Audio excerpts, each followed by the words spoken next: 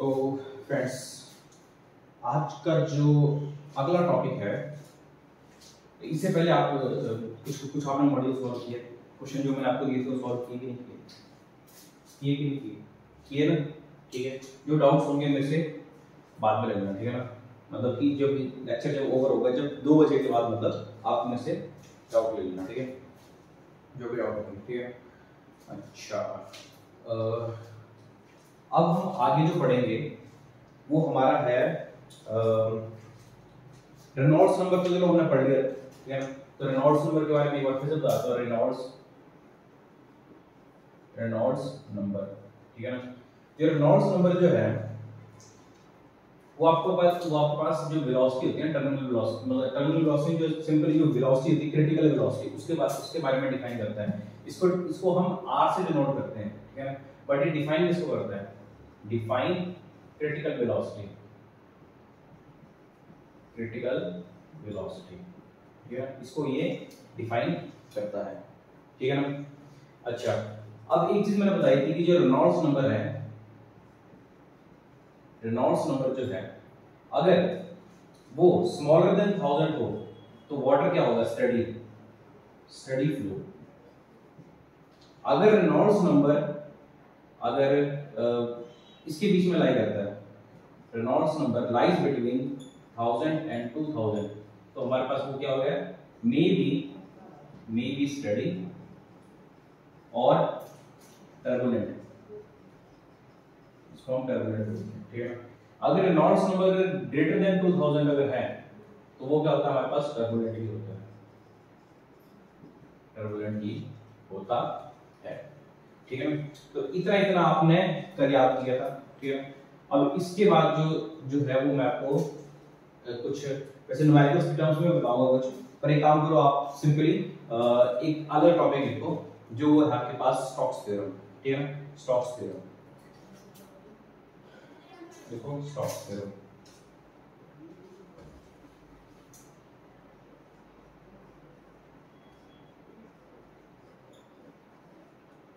Stokes theorem, तो देखो Stokes theorem basically किसको डिफाइन करती है? स्टोक्स थ्योरम आपकी जो होती है वो आपकी डिफाइन करती है विस्कस फोर्स को। विस्कस फोर्स, अब देखो विस्कस फोर्स क्या चीज होती है? 2 मिनट रुकना।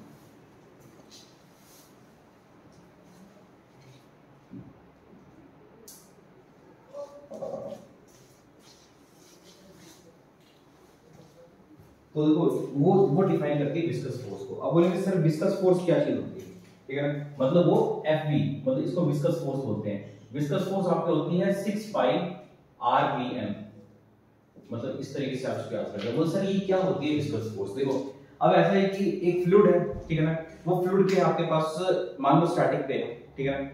तो स्टैटिक है तो आप मान लो उसके अंदर आपने उसमें एक कोई ऑब्जेक्ट डाल दिया, ठीक है ना? आपने उसमें कुछ ऑब्जेक्ट डाल दिया, ऊपर से गिरा दिया। सर अच्छा की होनी है।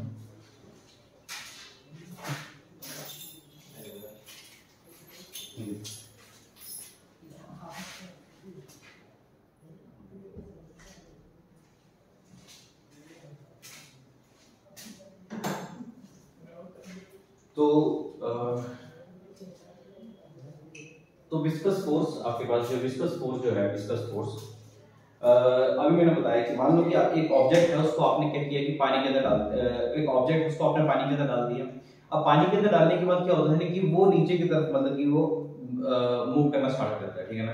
अगर उसकी डेंसिटी ज्यादा हुई तो वो नीचे की तरफ मूव करेगा, अगर डेंसिटी कम हुई तो ऊपर की तरफ फ्लोट करेगा। पर इस टाइम में इस ऑब्जेक्ट की डेंसिटी ज्यादा लेने की कोशिश कर रहा हूं, ठीक है ना? कि मतलब उससे मैं डिफाइन करूंगा तो क्या हो कि नीचे की तरफ मूव कर रहा हो। जैसे वो नीचे की तरफ मूव कर रहा है तो उसमें कौन सी फोर्सेस लगेंगी? एक तो लगेगी उसमें अपथ्रस्ट लगेगी, फिर इसको हम बायोन्सी भी बोलते हैं, ठीक है? बताया था ना, रो जी वी बताया था मैंने। जहां पे रो क्या होता है आपका डेंसिटी ऑफ फ्लूइड और वी क्या होता है volume of the immersed solid, और जी तो होता है एक्सेलरेशन ड्यू टू ग्रेविटी। एक तो ये लगी हमारे पास, कौन सी? अपथ्रस्ट लगी, ठीक है? दूसरी होती है हमारे पास विस्कस फोर्स। जनरली हम इसको कंसीडर नहीं करते हैं, ठीक है ना?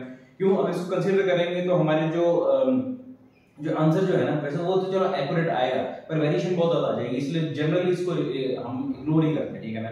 तो ज्यादातर हम क्या लेते हैं? आप थ्रस्ट ही लेते हैं उसमें, ठीक है ना? अब देखो विस्कस फोर्स जो होती है ना, विस्कस फोर्स वो होती है आपके पास 6 पाई VN। मतलब इस तरीके से ले सकते हैं कि आपने विस्कस फोर्स लगाई है और इसको लगाई आपने रावण को लगाई है, इसको रावण को लगाई और कितने इसके बाई थे 6 बाई थे, उसके कितने थे 6 बाई थे, ठीक है ना। तो अब ये जो चीज है ना, इस तरीके से जैसे एक फ्लूइड है वो पानी मतलब एक आपके पास एक ऑब्जेक्ट है, ठीक है ना, वो नीचे की तरफ मूव कर रहा है तो उसका एक भार तो mg नीचे की तरफ लगेगा, ठीक है ना। ऊपर की तरफ क्या लगेगा, अपथ्रस्ट लगेगा और साथ में उसके ऊपर क्या लगेगा, साथ में विस्कस फोर्स v में Fv, ठीक है ना। और जो Fv जो होता है ना, देखो u तो आपके पास डिफाइन होता है, u is equal to rho g v होता है। रो क्या होता है आपका डेंसिटी ऑफ द फ्लूइड होता है और v होता है इमर्स्ड सॉलिड होता है, ठीक है। ये हो गया हमारे पास, ठीक है। अब फिलहाल आपने स्टोक्स थ्योरम में आपके पास ये विस्कस फोर्स की बात करेंगे, ठीक है। तो इसको हम लिखना है, ठीक है ना। अब इसकी डेफिनेशन लिख लो, ठीक है, इसकी डेफिनेशन लिख लो, ठीक है। When an object is falling in the fluid, when the object is falling in the fluid it experience when an object falling in the fluid it experience viscous force opposite to the motion, मतलब कि वो एक experience करता है, it experience a viscous force which is opposite to the motion of that object, ठीक है ना। और वो viscous force किसके इक्वल होता है, इसके इक्वल होता है, ठीक है ना। Fv is equal to 6 by RVN, ठीक है ना। तो और एक ये लिख लो, ठीक है ना। और इसके नीचे एक और चीज लिख लो, so by Stokes viscosity viscous force on spherical object, so viscous force on spherical object is directly proportional to the RVN, ठीक है ना, directly proportional to the RVN। मतलब ये जो आपके पास जो आपके पास ये जो कंक्लूजन जो बनी है ना, वो बनी कैसे थी, जो विस्कस फोर्स जो उन्होंने जो स्टोक्स ने जो बताई थी वो डायरेक्टली प्रोपोर्शनल किससे होती है, RVN, ठीक है ना। और जब डायरेक्टली प्रोपोर्शनल का जो साइन हटेगा तो हमारे पास कितना आएगा 6 by RVN। ये हमारे पास एक्चुअली में ये चीज बनी, ठीक है। ये तो आप लोग को लिख लिया, इसके चाहिए लोग उसने एबीसीडी इसको इस तरीके से उसको डिफाइन किया था, ठीक है ना। जहां पे आपके पास क्या है, आपके पास R क्या है, रेडियस ऑफ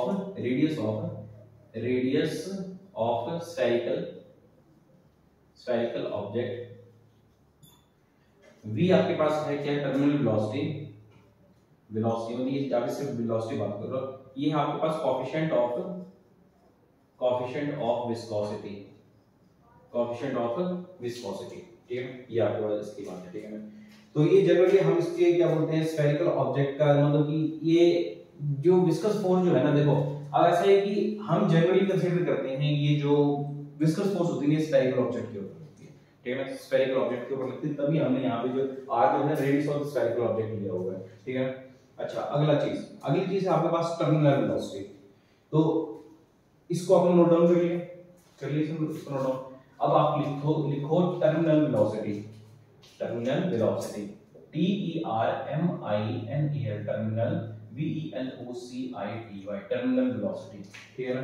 तो टर्मिनल वेलोसिटी जो होती है ना आपके पास, वो ये होती है कि उसने वो जो ऑब्जेक्ट जो नीचे की तरफ गया है, ठीक है, जो स्फेरिकल ऑब्जेक्ट जो हमने नीचे की तरफ जो भेजा है, ठीक है ना, जो स्फेरिकल ड्रॉप होती है, वो एक टाइम के बाद विस्कस फोर्स, तो देखो उसमें विस्कस फोर्स तो लगेगी, विस्कस फोर्स भी लगेगी, उसमें अपथ्रस्ट भी लगेगा और उसका एक नीचे की तरफ मोशन भी हो रहा होगा, ठीक है ना।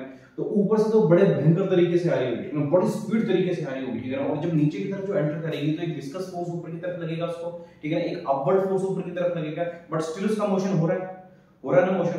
तो वो मोशन जो कि इन तीनों के हेल्प से नीचे की तरफ हो रहा है, ठीक है ना। मतलब हेल्प तो क्या है, दो तो इसमें रेजिस्टेंस प्रोवाइड कर रहे हैं और एक की हेल्प से मोशन हो रहा है। जो जिसकी हेल्प से मोशन हो रहा है, ठीक है ना, तो जो मोशन हो रहा है उसमें कुछ उस मोशन में कुछ ना कुछ वेलोसिटी होगी, वो जो वेलोसिटी होती है ना उसी को हम क्या बोलते हैं, टर्मिनल वेलोसिटी। तो टर्मिनल वेलोसिटी में क्या क्या चीजें हम कंसीडर करते हैं, एक तो उसका कंसीडर करते हैं उसका वेट, ठीक है ना। दूसरा हम कंसीडर करते हैं जो उसके ऊपर जो रेजिस्टेंस लग रही है उसको भी कंसीडर किया जाता है, और रेजिस्टेंस इसमें विस्कस फोर्स भी आएगी, ठीक है ना, यहाँ पे अपथ्रस्ट भी आएगा, ठीक है। तो वो होती है हमारे पास क्या होती है, टर्मिनल वेलोसिटी। टर्मिनल वेलोसिटी को हम BT से डिनोट करते हैं, ठीक है ना। इसका जो कंक्लूजन जो है वो 2 upon pi r square sigma into r upon ये आएगा आपके पास 2 upon pi r square g, यहाँ पे आएगा मीटर, ठीक है। ये आपके पास आया g, ये आपके पास आया g, ये होती है आपके पास टर्मिनल वेलोसिटी, ठीक है ना, ये होती है टर्मिनल वेलोसिटी। पर इसकी एक पूरी फुल डेरिवेशन है, ठीक है, फुल डेरिवेशन है। यहाँ पे देखो आर क्या है, रेडियस है उसका, ठीक है। सिग्मा क्या है, सिग्मा वो है कि जो ऑब्जेक्ट जो है, जो स्फेरिकल ऑब्जेक्ट है उसकी डेंसिटी, और रो जो है वो है फ्लूइड की डेंसिटी, ठीक है ना। जी एक्सेलरेशन ड्यू टू ग्रेविटी, और एन जो है वो कोएफिशिएंट ऑफ विस्कोसिटी, ये है आपके पास, ठीक है ना। तो देखो ये जो फार्मूला जो है ये थोड़ा कॉम्प्लिकेटेड है, ठीक है ना, इसको याद करना थोड़ा मुश्किल हो जाता है, ठीक है ना, पर बार बार रिवाइज करोगे तो याद हो जाएगा, ठीक है ना। क्योंकि देखो हम ये इसमें ये थोड़ा सा कॉम्प्लिकेट, अब इसको ना इसका एक काम है, इसकी डेरिवेशन करवा देता हूं, ठीक है ना। डेरिवेशन करने के बाद क्या होगा ना, ये आपको कुछ भी चीज आप नहीं भूलोगे, ठीक है ना। ठीक है, इधर इतना इसमें तो साइड में नोट डाउन कर लो और लिख लो, the maximum constant velocity, the maximum constant velocity acquired by the body, the maximum constant velocity acquired by the body which while falling through the viscous medium is known as terminal velocity। क्या होती है हमारे पास, terminal velocity, ठीक है ना। तो जैसे मैं बात करूं, ये एक फ्लूइड है, एक ड्रॉप है, ठीक है, वो इस फ्लूइड से जस्ट ऊपर, उसके ऊपर एक mg का भार लग रहा है। इस टाइम पे यहाँ पे इसके पास कोई फ्लूइड नहीं है, फिलहाल देखो एयर में फ्लूइड होती है, पर इस टाइम हम कोई भी कंसीडर नहीं करना है, हम सिर्फ कंसीडर कर रहे हैं इसके mg लग रहा है। जैसे ही वो नीचे की तरफ एंटर करेगी, ठीक है, फ्लूइड के अंदर एंटर करेगी वो, जैसे वो फ्लूइड के अंदर एंटर करेगी तो mg तो लगेगा ही लगेगा। ऊपर क्या लगेगा, अपथ्रस्ट लगेगी, और ऊपर एक और चीज लगेगी, वो लगेगी आपके पास फ्रिक्शनल फोर्स, ठीक है ना, Fb, ठीक है। और एक टाइम पे आने के बाद जैसे नीचे mg तो लगेगा, और साथ में आपके पास u और Fb लगेगा, पर यहाँ पे जो वेलोसिटी जो होगी ना वो होगी आपके पास टर्मिनल वेलोसिटी, ठीक है। टर्मिनल वेलोसिटी एक कांस्टेंट वेलोसिटी होती है, ठीक है। कांस्टेंट वेलोसिटी ऐसी वेलोसिटी मतलब कि वो एक कांस्टेंट, मतलब ऐसा है कि ऊपर से मान लो कि 100 किलोमीटर पर आवर की स्पीड से वो आ रही है, ठीक है, और नीचे आते तो वो सिर्फ 20 किलोमीटर पर आवर की स्पीड से रहेगी, ठीक है ना। फिर करते करते 10 स्पीड 10 पे रहेगी, और 10 के बाद वो और नीचे नहीं जाएगी, 10 के बाद वो और नीचे नहीं जाएगी, ठीक है ना। ये जो वेलोसिटी जहां पे वो कांस्टेंट वेलोसिटी आती है, इसी को हम क्या बोलते हैं, टर्मिनल वेलोसिटी। क्या बोलते हैं उसको, टर्मिनल वेलोसिटी, ठीक है ना। अच्छा, spherical body falling from the rest into the viscous of the fluid, ठीक है ना। अब यहाँ पे आपके पास जो वेट जो है ना, यहाँ पे आपके पास जो वेट जो है, वेट इज इक्वल टू होगा आपके पास u प्लस Fb, मतलब वेट इज ग्रेटर देन होगा, ग्रेटर देन। यहाँ पे इस टाइम पे जो आपके पास होगा वेट इज ग्रेटर देन, और यहाँ पे जो वेट होगा ना वो इक्वल होगा किसके, विस्कस फोर्स, मतलब नीचे जाकर के ना एक ऐसा पॉइंट आएगा जहाँ पे वो चीज बैलेंस हो जाएगी, ठीक है, नीचे की और ऊपर की बैलेंस हो जाएगी। और यहाँ पर जो है ये आपके पास चल रही है, क्योंकि यहाँ पे इसका वेट ज्यादा है, और उसने विस्कस फोर्स को और अपथ्रस्ट फोर्स को, जिसको बर्नसी बोलते हैं, उसको उसने ओवरकम कर दिया, ठीक है ना। यहाँ पे तो उसने यहाँ तो क्या है कि जो वेट जो उसको ओवरकम कर रहा है, पर यहाँ पे जाकर कैसा होता है, वेट और ये सेम नहीं होंगे, ठीक है, सेम नहीं होंगे, तब फिर तो एक सिर्फ कांस्टेंट वेलोसिटी से नीचे की तरफ गिरेगा, ठीक है ना, उसको हम बोलते हैं, ठीक है ना। जैसे फॉर एग्जांपल एक चलो तो एग्जांपल को देना, आप इस सिर्फ इतना सॉल्व, ठीक है, इतना मैंने आपके पास बता दिया, ठीक है। तो आप इसको ड्रॉ कर लो, अच्छे से ड्रॉ कर लो, ठीक है। इसकी डेरिवेशन करवाता हूं, ठीक है, मैं इसकी डेरिवेशन करवाता हूं। अब देखो यहाँ पे यहीं पे करवा देता हूं मैं, हमने as W is equal to, क्योंकि हमें क्या पता है कि जो W जो है ना वो इक्वल टू हो गया U प्लस Fb, मतलब विस्कस फोर्स की। W क्या होता है हमारे पास, mg होता है, mg is equal to viscous force rho gv हो गया, प्लस विस्कस फोर्स होता है 6 पाई rvn, ये आपके पास आ गया rvn आ गया आपके पास, ठीक है ना। तो mg आपके पास क्या है, mass equal to density into volume होता है, is equal to rho gv plus 6 pi rv metre, ठीक है, ये आ गया हमारे पास। अब देखो ये डेंसिटी किसकी है आपके पास, सॉलिड की है, तो सॉलिड की डेंसिटी को हमने किससे डिनोट किया होता है, ये सॉलिड की डेंसिटी और ये फ्लूइड की डेंसिटी है, ठीक है ना। हमने यहाँ पर मैं स्लाइड में लिखूंगा, ये सॉलिड जो है, सॉलिड डेंसिटी को हम सिग्मा से डिनोट करते हैं, और जो फ्लूइड की जो डेंसिटी है उसको हम रो से डिनोट कर लेते हैं, ठीक है, इसे डिनोट कर लिया, ठीक है। Acceleration due to gravity same है, ठीक है ना। अब एक काम करते हैं, इसको जो डेंसिटी जो है ना ये वाली, इसको हम सिग्मा से डिनोट कर देते हैं, और ये Vg माइनस इसको हम कहते हैं density of the fluid Gv is equal to 6 pi Rv इस ये यहाँ के पास टर्मिनल वेलोसिटी, इसको ये आगे टर्मिनल वेलोसिटी आने वाली है, ठीक है ना, इसी को हमने फाइंड करना है, ठीक है ना। ये x नहीं है, ये मीटर है, मीटर, ठीक है ना। अब एक काम करो, इसमें से देखो, इसमें से वॉल्यूम बाहर आ जाएगा, g बाहर आ जाएगा, क्योंकि वॉल्यूम तो उसका सेम ही है, ठीक है। अच्छा, अब नीचे हम आपके पास कितना आ गया, 6 pi r metre is equal to vt, इतना आ गया हमारे पास, ठीक है ना। अब एक काम करो, तो वॉल्यूम जो है ना, वॉल्यूम स्फीयर का वॉल्यूम कितना है, 4/3 पाई r क्यूब होता है, उसको पुट कर दो, ठीक है। ये आएगा 4/3 pi r cube g sigma into rho 6 pi r into metre is equal to vt, ठीक है ना। इतना चल गया पता, इतना मैं लिख दिया, ठीक है। इसको मैं मिटा रहा हूं,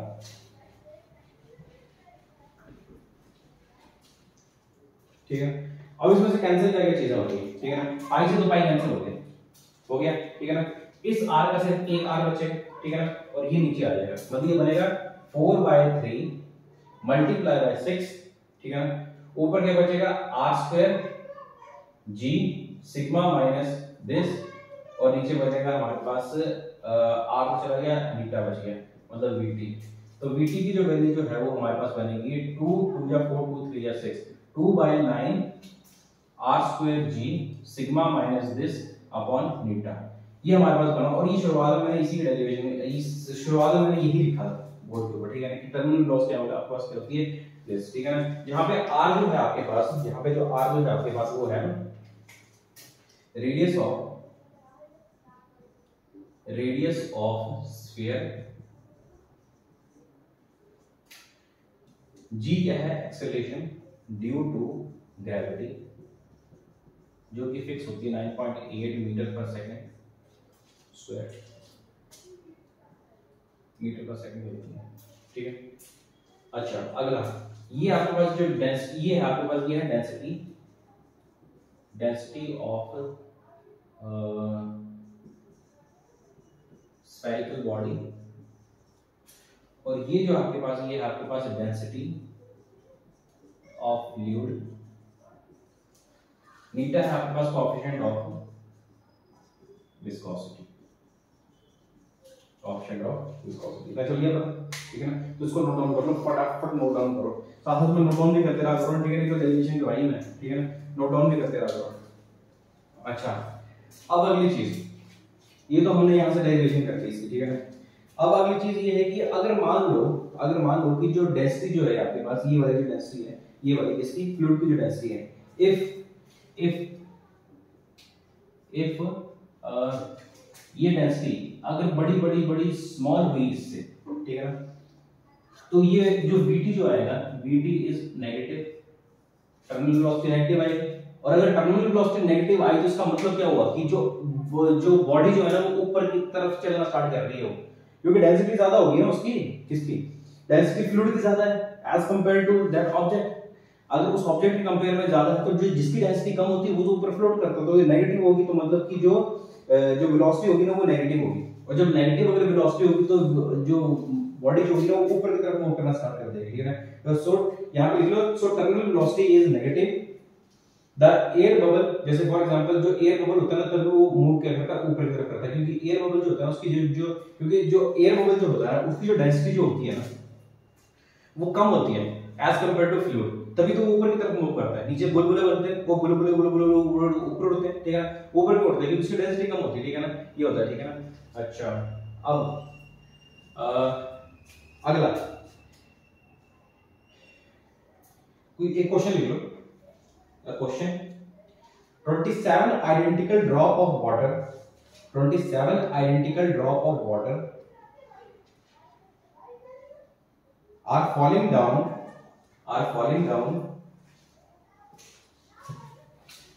with a velocity of 0.15 meter per second, 0.15 meter per second. If they combine to form, ये लिख लिया ना मैंने, if they combine to form a big spherical drop,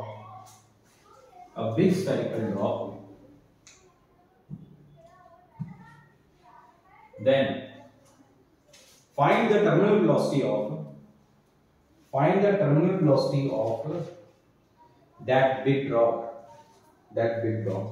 हमारे पास क्वेश्चन जो है इसमें छोटे 27 आइडेंटिकल ड्रॉप्स है। ये किसमें कन्वर्ट होगी, बिग इसमें ड्रॉप में कन्वर्ट होगी, ठीक है ना। अब ये जितने भी आइडेंटिकल ड्रॉप्स हैं इसकी अगर टर्मिनल वेलोसिटी देखेगी तो वो आए 0.15 मीटर पर सेकंड, ठीक है ना। तो हमें इसकी टर्मिनल वेलोसिटी फाइंड करनी है कि इसकी टर्मिनल वेलोसिटी क्या होगी जब वो इसमें होगी। इसकी तो चलो एक सिंगल की 0.15 मीटर पर सेकंड आ रही है, इस वाली की कितनी होगी वो हमें फाइंड करनी है, ठीक है ना, फाइंड करनी है। तो सबसे पहले काम करो, आप इन दोनों का रिलेशन निकालो, ठीक है ना। मान लो कि छोटी सी जो ड्रॉप है इसका रेडियस कितना है, r है। ये जो बड़ी सी ड्रॉप है इसका रेडियस मान लो r लेते हैं, ठीक है ना। तो इसके वॉल्यूम को कंपेयर कर लेते हैं क्योंकि वॉल्यूम तो सेम ही आएगा, ये आएगा 27 4/3 pi r cube is equal to 4/3 pi r cube. तो चल गया पता, ठीक है। अब 4 पाई से मतलब ये मैंने कैंसिल कर दिया कैंसिल। तो अब यहाँ पे मेरे पास हो गया 27 r cube is equal to r cube. तो मतलब मेरे पास आया 27। अच्छा 27 अगर 27 के से कंपेयर किया तो इसका अंडर क्यूब जो हम लेंगे वो कितना आएगा आपके पास, 3 आएगा।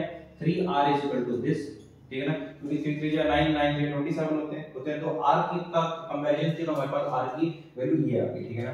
अब देखो, अब एक काम करो, ये हमारे का कंपैरिजन आ गया। अब इस वाले की टर्मिनल वेलोसिटी हमें क्या पता है, टर्मिनल वेलोसिटी क्या होती है 2/9 r² sigma minus this g upon beta होता है कि नहीं होता है, ठीक है। उस वाले अब देखो इस वाले का अगर हमने निकाला, ठीक है, इस वाले का अगर निकालो तो r के टर्म्स में, क्योंकि r के टर्म्स में अगर ये रखी तो ये हमारे पास यही आएगी, ठीक है। अगर उस वाले का अगर हम निकालेंगे, उस वाले का ये vt इज इक्वल टू ये आएगा हमारे पास 2/9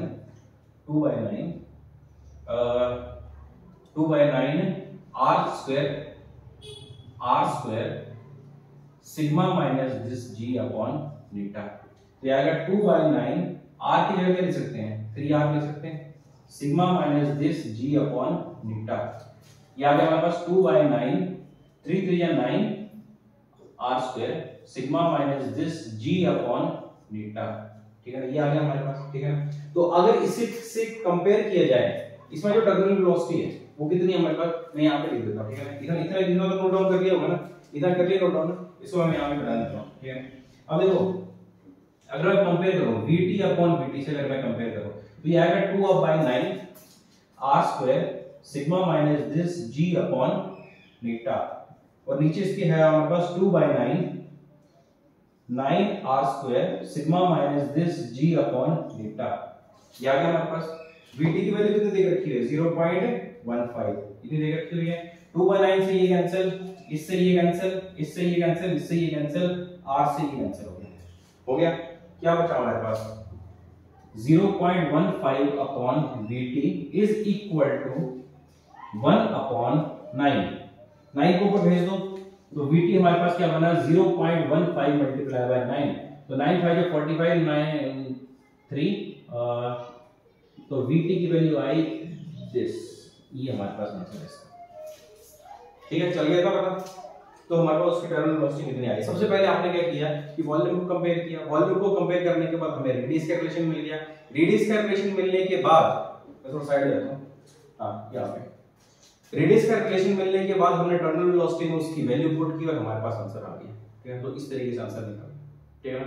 एक अगला क्वेश्चन नोट करो, इसको फटाफट नोट कर लो सब। Speed of 2 centimeter radius, speed of 2 centimeter radius ball in 2 centimeter ball in viscous liquid is 20 centimeter per second, 20 centimeter per second. Then speed of 1 centimeter radius, then speed of 1 centimeter radius of ball in the same medium is, ठीक है। निकालो जल्दी फटाफट।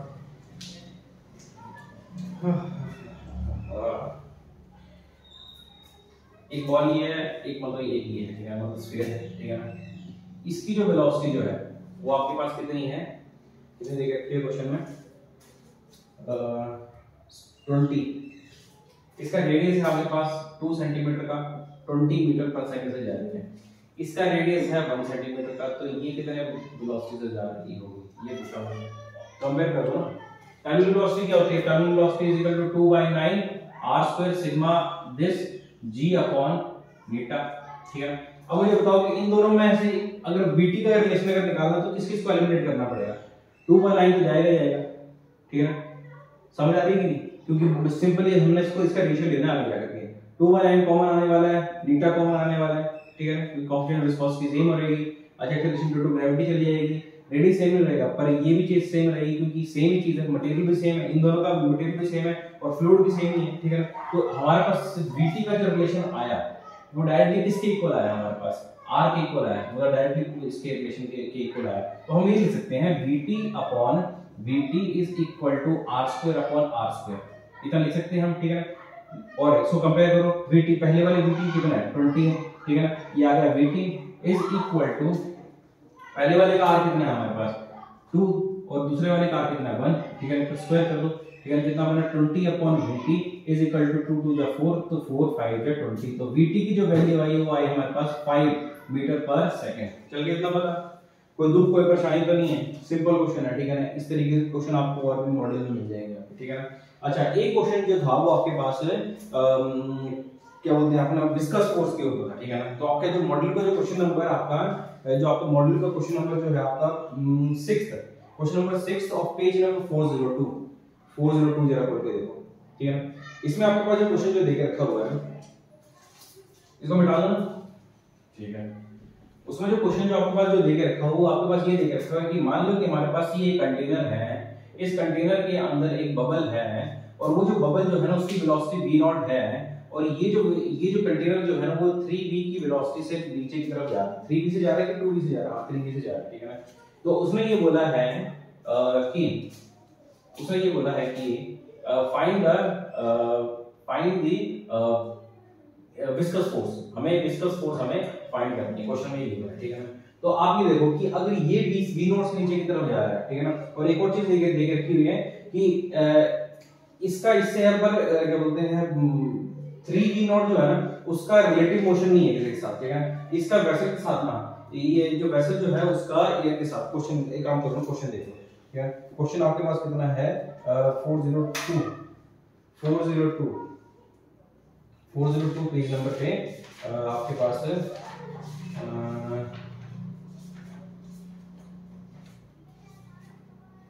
402 page number के ऊपर question number आपके पास है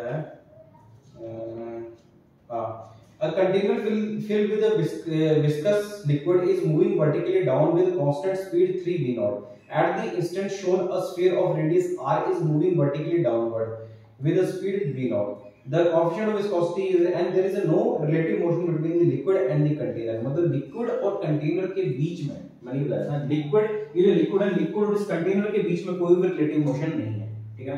liquid और container के बीच में कोई relative motion नहीं है, but रिलेटिव मोशन किसकी है, ये कंटेनर और जो फ्लूइड जो मेटल जो आपके पास जो ऑब्जेक्ट जो है ये वाला स्फेरिकल जो ऑब्जेक्ट है, इन दोनों के बीच में रिलेटिव मोशन है, फ्लूइड और इसके बीच में कोई रिलेटिव मोशन नहीं है, ठीक है। तो उसके हिसाब से आपने अगर ये फाइंड करना है तो अगर देखो तो जो रिलेटिव जो आपके पास जो आएगी आपके पास जो रिलेटिव आपके पास ये आएगी आपके पास रिलेटिव वेलोसिटी वो आएगी आपके पास 3v0 माइनस v0, हमारे पास कितना है 2v0 आ गया हमारे पास, तो बस इस वाले को पुट कर दो। fv क्या होता है हमारे पास 6 पाई रावन होता है कि नहीं होता है कि 6 पाई r, मतलब आपके पास r है v0 कितनी आएगी 2v0 is multiply by this, तो ये आएगा 12 पाई r v0 इनटू नीटा। ये आपके पास क्या आ गया, आपके पास विस्कस आपका टर्मिनल वेलोसिटी कितने किसका टर्मिनल वेलोसिटी आपके पास विस्कस फोर्स आ गई, ये आपको निकालना है, ठीक है। तो आंसर में आपके पास कितना लिख रखा हुआ है 12 v0, मतलब ऑप्शन नंबर बी आपके पास लिख रखा हुआ है। थोड़ा सा क्या पता शायद ये आपको थोड़ा डिफिकल्ट लगे, मेरे को लगता है आपको डिफिकल्ट लगेगा, बस इसमें कांसेप्ट सिर्फ आपको ये जानना था कि एक रिलेटिव मोशन हो रहा है, जब भी रिलेटिव मोशन हो रहा होता है ना तो अगर सेम डायरेक्शन में रिलेटिव मोशन हो रहा होता है तो उसको नेगेटिव कर दो, अपोजिट डायरेक्शन में हो रहा होता है तो प्लस कर दो, सेम। अब देखो अगर अपोजिट डायरेक्शन में मूव कर रहे हैं तभी प्लस कर दो, सेम डायरेक्शन में देखिए अपोजिट, ये अपोजिट डायरेक्शन है और ये भी अपोजिट डायरेक्शन है, इस अपोजिट डायरेक्शन में और इस अपोजिट डायरेक्शन में ऐड होता है, ठीक है ना। अगर सेम डायरेक्शन में ये भी ऐसे जा रहा है, ये भी ऐसे जा रहा है, ठीक है ना, तब नेगेटिव होता है, तब रिलेटिव मोशन होता है ना, कि उसके रिस्पेक्ट में हमने हमारी क्या मोशन हो रही है वो हम यहाँ पर निकालते हैं, ठीक है ना। अब इसके बाद जो कॉन्सेप्ट आता है वो आता है हमारे पास सरफेस टेंशन का, ठीक है ना। वो जो सरफेस टेंशन जो होता है ना, ठीक है ना, इतना चल गया पता, ठीक है ना। अगला क्वेश्चन जो इतना हो गया ना हमारे पास, तो अब आगे मैं सरफेस टेंशन के ऊपर मूव करूंगा। इतना अभी तक किसी को नोट तो नहीं करना, कोई डाउट तो नहीं किसी को, अगर कोई डाउट है तो मेरे से अभी पूछ लो, ठीक है ना। क्यों? क्योंकि इसके बाद जब मैं डाउट लूंगा तो फिर जब मैं ऐसे जब इसका देखूंगा ना कि आप इसका डाउट लेकर क्या, तो मेरा मुंह ऐसा खराब हो जाएगा यार, इतनी देर तक मैंने यहाँ पे समझाया, अब मैं 2 मिनट में क्या समझाऊंगा इसको, आप ही नहीं समझ आया तो समझ लो इस चीज को कि ये देखो घर में 10 बार जाकर लिखो इन सब चीजों को, आपको याद हो जाएगी से, ठीक है ना। 6 पाई एनआरवी, 6 पाई रावण के तौर पे मैंने आपको उसको याद करूंगी, ठीक है ना। जो अगला जो आपके पास terminal velocity 2/9 r² sigma minus rho g upon this, ठीक है ना। तो ये आपके पास अगला टॉपिक जो है हमारे पास वो है आपके पास वो है सरफेस टेंशन, ठीक है ना। सरफेस टेंशन, देखो सरफेस टेंशन क्या चीज होती है। सरफेस टेंशन जो होती है ना, वो एक ऐसी प्रॉपर्टी होती है ना किसी भी फ्लूइड की, जिसकी वजह से जो उसका अपर जो मेम्ब्रेन जो होती है ना, जो ऊपर की जो लेयर जो होती है ना, वो एक स्ट्रेच मेम्ब्रेन की तरह एक्ट करना स्टार्ट कर देती है। मतलब surface tension is the property of the fluid by virtue of which the upper surface of the fluid act like a stretch membrane, एक stretch membrane की तरह एक्ट करना स्टार्ट कर देती है, ठीक है ना। और इसी की प्रॉपर्टी की वजह से जो फ्लूइड जो होता है ना, वो मिनिमम एरिया ऑक्यूपाई करने की कोशिश करता है, ठीक है ना। इसी को हम बोलते हैं सरफेस टेंशन, ठीक है ना। तो इसकी काम करो, सबसे पहले आप डेफिनेशन लिख लो, ठीक है ना। डेफिनेशन लिख लो, ठीक है। Surface tension is the property of the liquid, surface tension is the property of the liquid due to which its free surface tries to have minimum surface area, ठीक है ना, tries to have minimum surface area, and it behaves as it has tension like a stretch membrane, and it behave like that, it's stretch membrane, it behave if it has tension like a stretch membrane is called surface tension, ठीक है ना। इसको हम क्या बोलते हैं? surface tension बोलते हैं, ठीक है ना। surface tension is due to intermolecular forces among liquid particles, surface tension is due to intermolecular forces of attraction between particles, ठीक है, between particles, ठीक है ना। अब जैसे इंटरमॉलिक्यूलर फोर्सेस भी 2 टाइप की होती हैं, आपको ये चीज पता है, ठीक है ना। पहली क्या होती है? कोहेसिव फोर्सेस, और दूसरी क्या होती है? एडहेसिव फोर्सेस, ठीक है ना। तो कोहेसिव फोर्सेस क्या होती हैं? जो अपने अपने पार्टिकल्स में लगती हैं, और एडहेसिव फोर्सेस क्या होती हैं? जो कि दूसरे पार्टिकल्स में लगती हैं। जैसे फॉर एग्जांपल अगर मैं बात करूं, एक पानी मैंने एक जग के अंदर डाल के रखा हुआ है, तो पानी के अंदर जो फोर्स लग रही है वो क्या होंगी? वो कोहेसिव फोर्सेस होंगी या एडहेसिव फोर्सेस होंगी? वो कोहेसिव फोर्सेस होंगी। और पानी और जग में जो फोर्स जो लग रही है वो क्या होगी आपके पास? वो एडहेसिव फोर्सेस होगी। ट्रिक एडहेसिव मतलब अलग से, इस तरीके से याद कर लो। चल गया बता, कोई प्रॉब्लम तो नहीं, ठीक है ना, समझ गए ना इतना। अगला, ठीक है ना, सरफेस, अब देखो मैं थोड़ा सा आपको बताया, ठीक है, सरफेस टेंशन के बारे में। Surface tension SURFAC, surface TENSIO tension, ठीक है ना। सरफेस टेंशन, जैसे मान लो कि ये हमारे पास क्या है? फ्लूइड है, ठीक है ना। ये फ्लूइड इसमें पड़ा हुआ है, ठीक है ना। तो इसकी जो सबसे ऊपर की जो लेयर होती है ना, ऊपर की लेयर, देखो यहाँ पर जो मॉलिक्यूल्स बैठे हुए हैं ना, ये तो चलो बैलेंस फॉर्म है, ठीक है ना। हर जगह यहाँ पे फोर्स लग रही है, हर जगह फोर्स लग रही है, और ये बैलेंस रखे हुए हैं। क्या रखे हुए हैं? ये बैलेंस है ये सारे, क्योंकि हर एंगल में फोर्स लग रही है, तो अगर हर एंगल में अगर फोर्स लग रही है तो बैलेंस ही होंगे, ठीक है। अब बात क्या आती है, जो सरफेस के ऊपर जो मॉलिक्यूल है, ठीक है, मान लो कि जैसे यहाँ पे ये ऐसे मॉलिक्यूल बैठा हुआ है, आधा मॉलिक्यूल है, ठीक है ना, इस तरीके से बैठा हुआ है, ठीक है। तो होगा क्या कि यहाँ नीचे तो फोर्स के लिए लग रही है, ठीक है, नीचे तो फोर्स लग रही है, साइड में फोर्स लग रही है, यहाँ इस साइड में फोर्स लग रही है, साइड में फोर्स लग रही है, यहाँ लग रही है, यहाँ लग रही है, यहाँ लग रही है, हर जगह फोर्स लग रही है, पर एक जगह पे फोर्स नहीं लग रही है। वो कहाँ पर है? ऊपर की तरफ कोई फोर्स लग रही है? नहीं लग रही है ना। तो अगर ऊपर की तरफ कोई फोर्स नहीं लग रही तो ये अनबैलेंस कंडीशन में रखे हुए होंगे। अगर अनबैलेंस कंडीशन में रखे हुए तो एक दूसरे को बांध के रखेंगे साइड से कि भाई तू दूर मत चल जाना मेरे से, ठीक है ना। तो इसकी वजह से क्या होगी, जो ऊपर की जो लेयर होगी ना, वो एक स्ट्रेच मेम्ब्रेन की तरह एक्ट करेगी, ठीक है ना, स्ट्रेच मेम्ब्रेन की तरह एक्ट करेगी। और स्ट्रेच मेम्ब्रेन की तरह एक्ट करने की वजह से ऊपर से लगेगा चादर बिछी हुई है, ठीक है ना, और इसी की वजह से जो फ्लूइड जो होता है ना वो कम से कम एरिया ऑक्यूपाई करने की कोशिश करता है कि वो अलग ना हो जाए, ठीक है ना, उसको एक डर रहता है, फ्लूइड को एक डर है कि हम दूर ना हो जाए, ठीक है ना, तो वो करता क्या है कि वो मिनिमम से मिनिमम सरफेस एरिया को ऑक्यूपाई करने की कोशिश करता है, क्योंकि फोर्स से इतनी तो लग रही है, ऊपर तो कोई फोर्स ही नहीं है, ठीक है ना, तो ज्यादा नीचे की तरफ फोर्स लगेगी तो मिनिमम से मिनिमम एरिया ऑक्यूपाई करने की कोशिश करेगा, इतना चल गया था, ठीक है, तो सरफेस टेंशन ये होती है। अब बोलो सर सरफेस टेंशन का कोई एग्जांपल में बता दो। देखो आपने मच्छर देखे हो पानी के ऊपर बैठे हुए, देखे ना, तो वो किस तरीके से बैठते हैं, वो ऐसे ऐसे टांग ऐसे करके बैठते हैं, ठीक है, हम अगर बैठेंगे हम तो चलो डूब जाएंगे, ठीक है ना, और वो क्या होता है उनकी छोटी पतली टांगे होती हैं और उस पतली टांगों को वो इस तरीके से टिकाते हैं कि जो पानी होता है उसके ऊपर की जो लेयर होती है जिसको हम स्ट्रेच मेम्ब्रेन बोल रहे हैं उसको चादर की तरह वो एक्ट करवाता है, ठीक है, वो चादर है, एक चादर है, तो चादर के ऊपर जो ऐसे रखेगा तो उसमें थोड़ा सा डेंट जो थोड़ा सा आपके पास बेंड हो जाएगा उसमें, और वो आपको दिखता है, मतलब जिस तरीके से आप दिखता है कि कभी आपको फोटो निकाल के देखना कि बच्चा जो पानी में बैठा हो तो इस तरीके से बैठा है, वो कौन सी प्रॉपर्टी का यूज कर रहा होता है, सरफेस टेंशन का, ठीक है, सरफेस टेंशन का यूज कर रहा होता है। अच्छा, अब इस सरफेस टेंशन जो होता है ना उसको हम टी से डिनोट करते हैं, किससे डिनोट करते हैं सरफेस टेंशन को, टी से, इसको हम टी से डिनोट करते हैं, ठीक है ना, तो जो सरफेस टेंशन जो होता है ना वो होता है आपके पास surface tension is equal to force per unit length, surface tension is equal to force per unit length, ठीक है, जहां पे L के आपके पास लेंथ है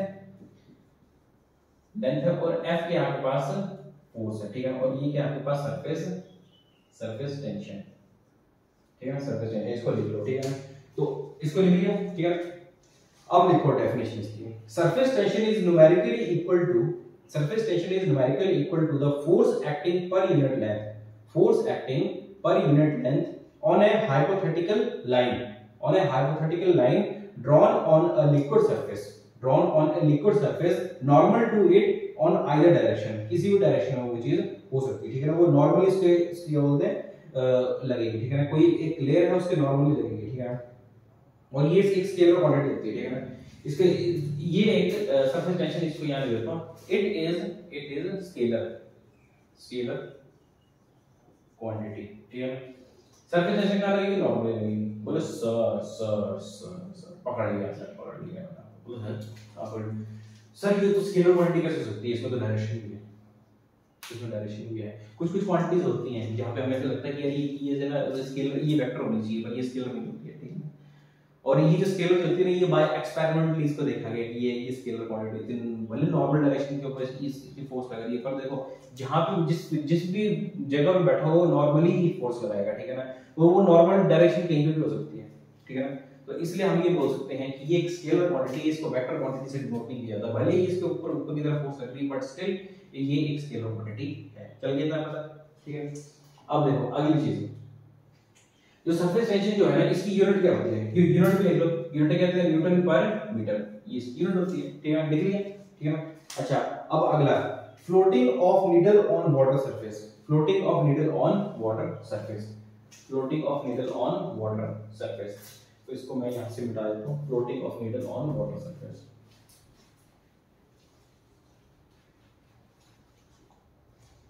floating of needle, floating of needle on water surface, floating of needle on water surface।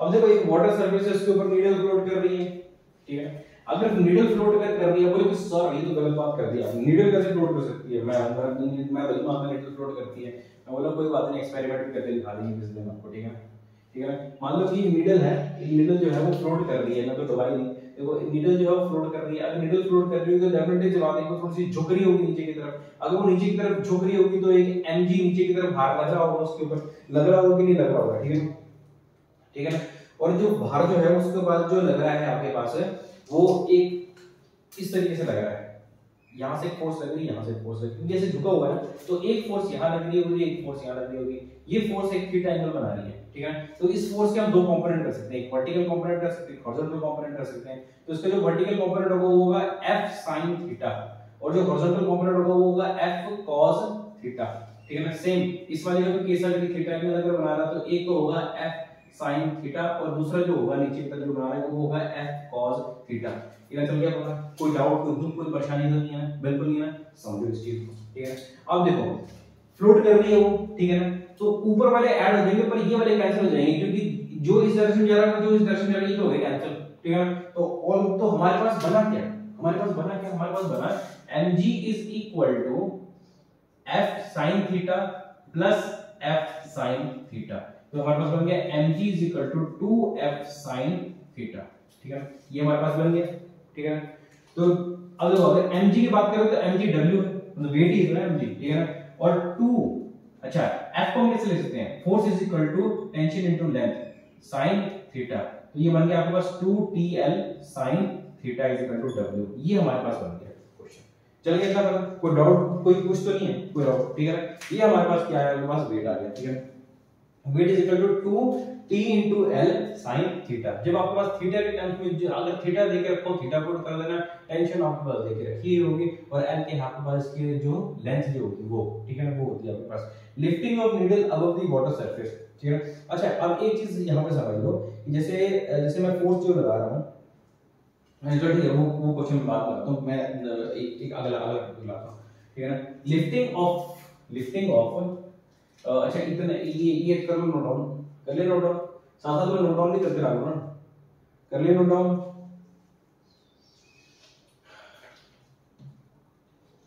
इसके ऊपर लिखा लिफ्टिंग ऑफ, इतना लोग लिखेंगे होगा लिफ्टिंग ऑफ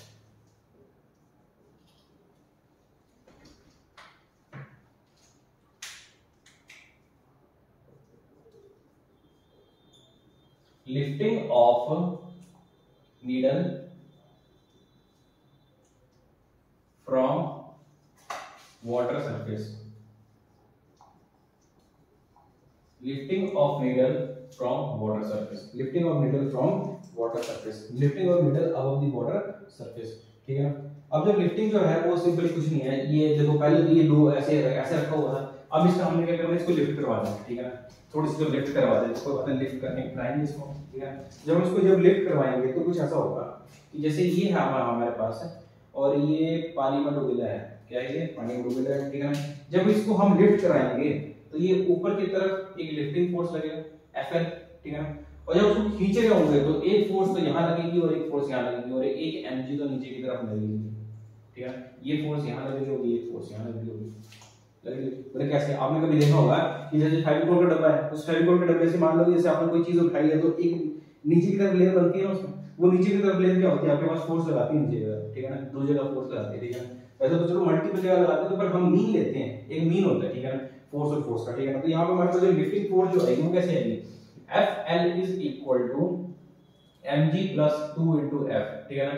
तो हमारे पास क्या होता है, F is equal to T upon L होता है, नहीं तो T is equal to F by L होता है, तो F हमारे पास कितना आएगा, T into L आएगा कितना आएगा, mg plus 2 into T into L, तो आपके पास कितना आ गया Fl, ये इसकी वैल्यू आ गई। अगर क्वेश्चन में ये दे के रखा हुआ है लिफ्टिंग फोर्स निकालनी तो इस तरीके से निकालना, ठीक है। और mg यहां पर क्या w लिख सकते हैं, ठीक है ना। अच्छा ये हो गया आपके पास लिफ्टिंग फोर्स, ठीक है ना। एक चीज नोट डाउन कर लो, front view of the liquid, अगर एक लिक्विड जो है उसका अगर आपको फ्रंट व्यू अगर देखना, ठीक है ना, तो फ्रंट व्यू ये हो गया आपके पास, ठीक है, हो गया। साथ साथ में नोट डाउन भी करते रहो ना, ठीक है। ये हो गया हमारे पास, एक नोट डाउन कर लो, कुछ एक नोट बनाओ साइड में, नोट ही बनाओ कि लिफ्टिंग फोर्स, लिफ्टिंग फोर्स का नहीं है, मतलब क्वेश्चन आपके पास ये है, जैसे पहला नोट ये आपके पास है कि जैसे from front view of hollow sphere, एक होलो स्फीयर है, ठीक है, एक फ्रंट व्यू अगर ले हम इसका, ठीक है ना, तो होलो स्फीयर है, अगर होलो स्फीयर है तो एक यहाँ होगा एक इधर होगा, ठीक है, होलो स्फीयर है, ठीक है ना।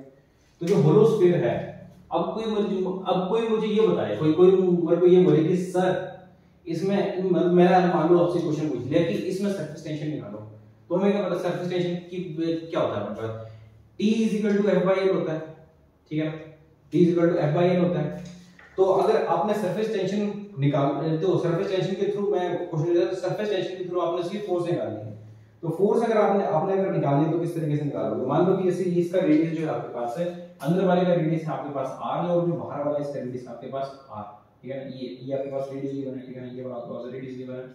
तो क्वेश्चन आपके पास ये है कि आपने इसकी फोर्स निकालनी है कि कितनी फोर्स लग रही होगी थ्रू इसके सरफेस टेंशन, सरफेस टेंशन से फोर्स लग रही होगी वो कितनी लग रही होगी। तो देखो हमें क्या पता है कि फोर्स क्या होती है हमारे पास, force is equal to T into L होता है, ये होता है हमारे पास।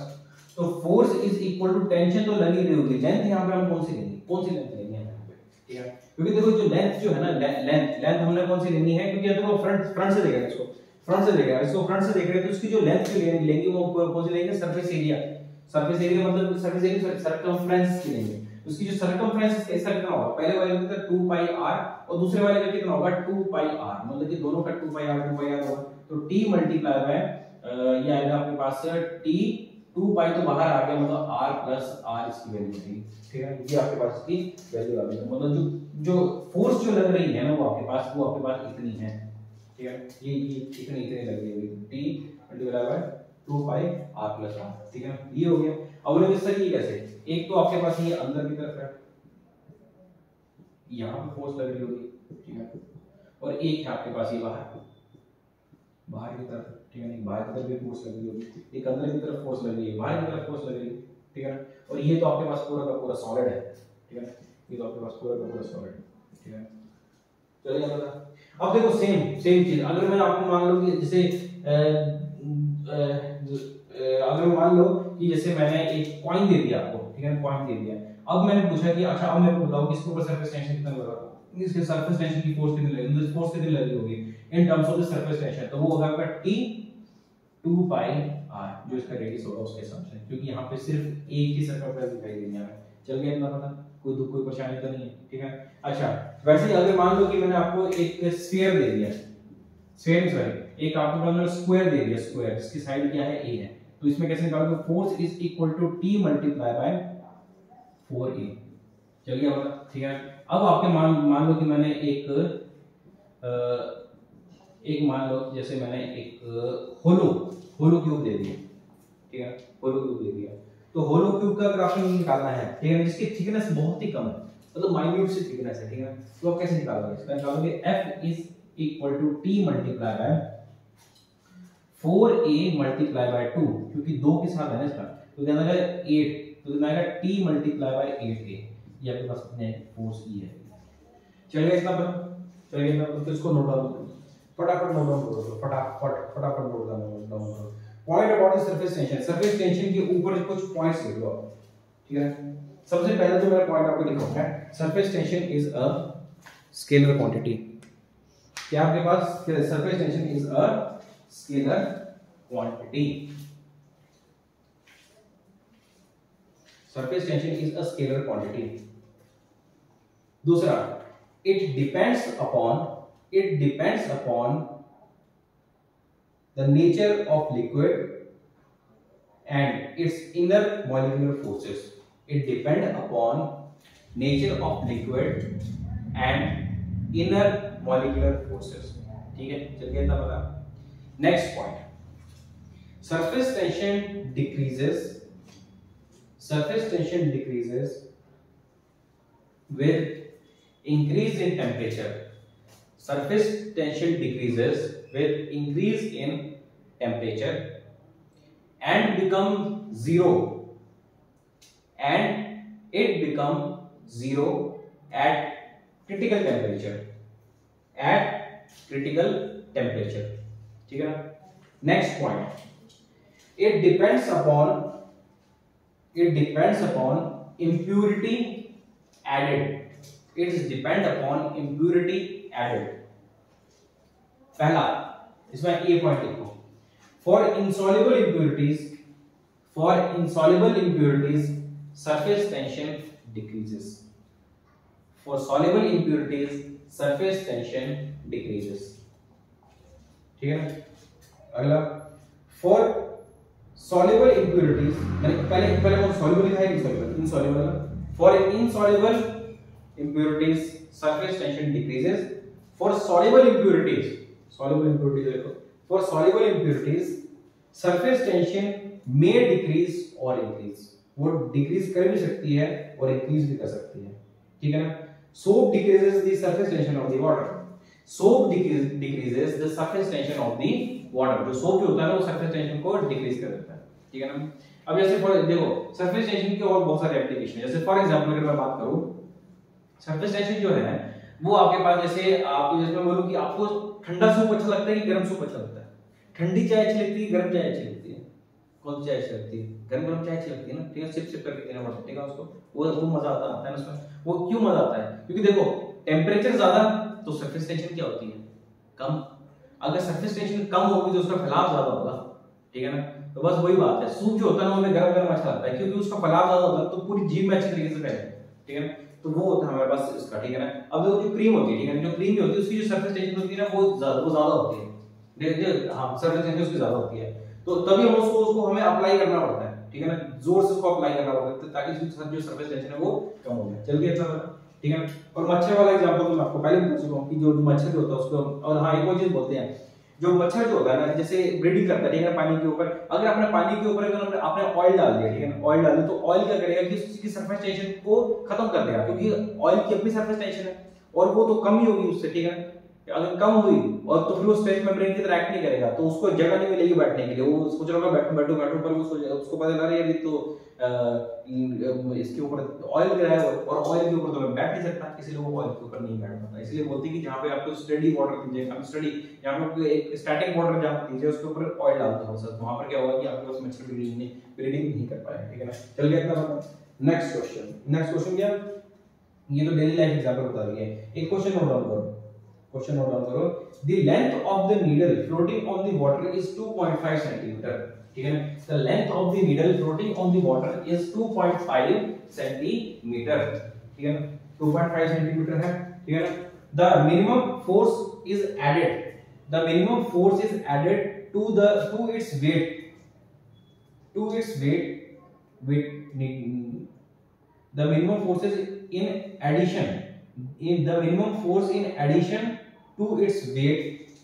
the minimum force in addition to its weight, needed to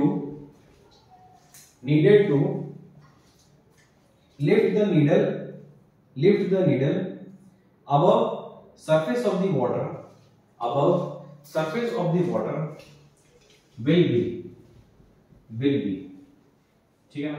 तो क्वेश्चन थोड़ा ध्यान सुनो, ध्यान से, ठीक है ना। तो ध्यान से जो चीज है ना उसको ध्यान से ही सुननी चाहिए, ठीक है। तो ध्यान से सुनना चाहिए, ठीक है। क्वेश्चन है हमारे पास, एक नीडल है, इस नीडल को हमने इसके ऊपर रखा हुआ है, ठीक है ना। ये मान लो इस नीडल पर थोड़ा सा फैलाया है मैंने, ठीक है ना। तो जो नीडल जो है इसकी जो लेंथ जो है वो हमारे पास गिवन है 2.5 सेंटीमीटर इसकी लेंथ है, ठीक है ना। तो इसके ऊपर एक mg भी लग रही होगी, mg का भार लग रहा होगा, ठीक है ना।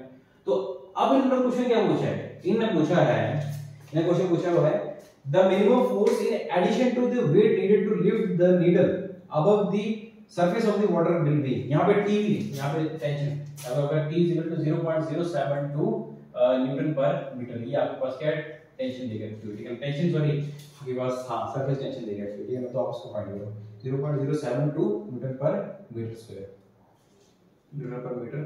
हाँ ठीक है।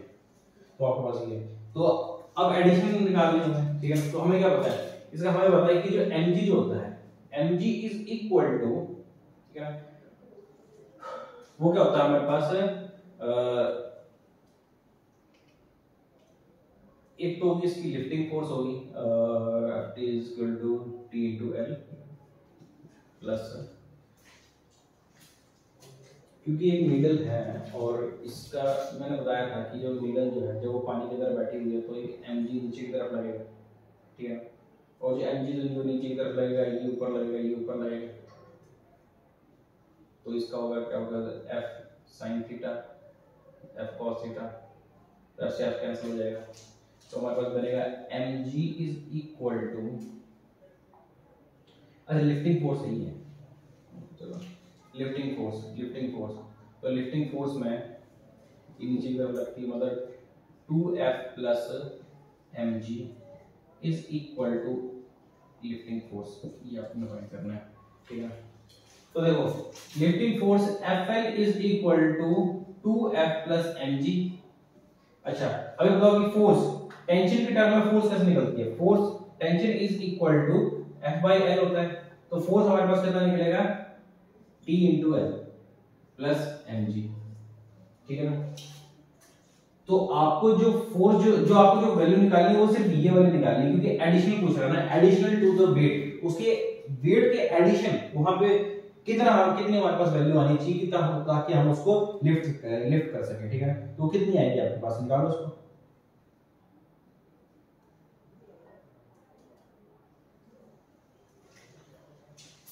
टू मल्टीप्लाई बाय टेंशन कितनी है हमारे पास 0.072 मल्टीप्लाई बाय लेंथ कितनी है 2.5 सेंटीमीटर, ठीक है। सेंटीमीटर को मीटर में कन्वर्ट किया जाएगा, तो जो सेंटीमीटर को मीटर में कन्वर्ट किया जाएगा तो हमारे पास कितना आएगा, हमारे पास 10⁻², ठीक है ना।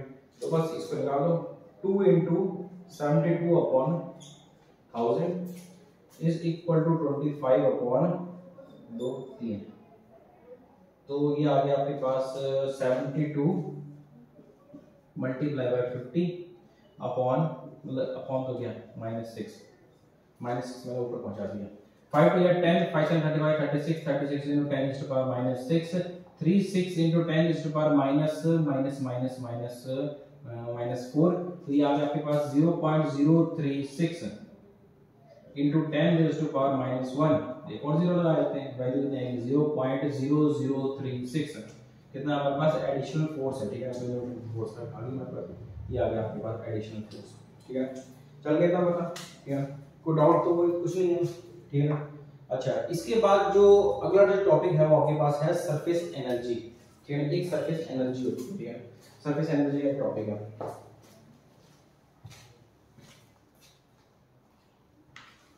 ठीक है। सरफेस एनर्जी, ठीक है। तो काम करते हैं सरफेस एनर्जी है वो थोड़ी देर पहले आता है, ठीक है ना। क्योंकि जो सरफेस एनर्जी का जो कॉन्सेप्ट जो है वो एक, जैसे आपको चलो ओवरव्यू बता देता हूं, ठीक है ना। तो सरफेस एनर्जी जब मैं पढ़ाऊंगा थोड़ी देर में, ठीक है ना, अभी थोड़ी देर पढ़ाने वाला हूं मैं।